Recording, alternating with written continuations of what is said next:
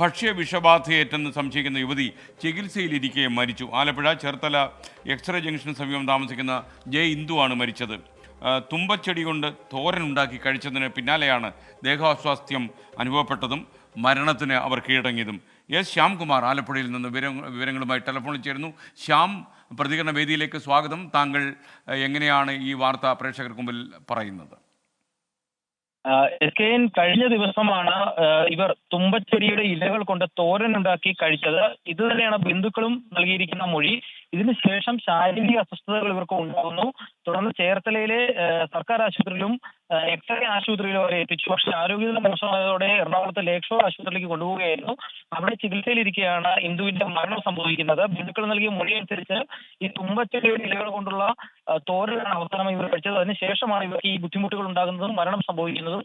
ഏതായാലും അസ്വാഭാവിക മരണത്തിന് ഇപ്പോൾ നിലവിൽ ചേർത്തല പോലീസ് കേസ് രജിസ്റ്റർ ചെയ്തിട്ടുണ്ട്. പോസ്റ്റ്മോർട്ടത്തിന് ശേഷം മാത്രമേ ഇത് തന്നെയാണ് മരണകാരണം എന്നുള്ളത് വ്യക്തമാകൂ എന്നാണ് പോലീസ് അറിയിച്ചിരിക്കുന്നത്.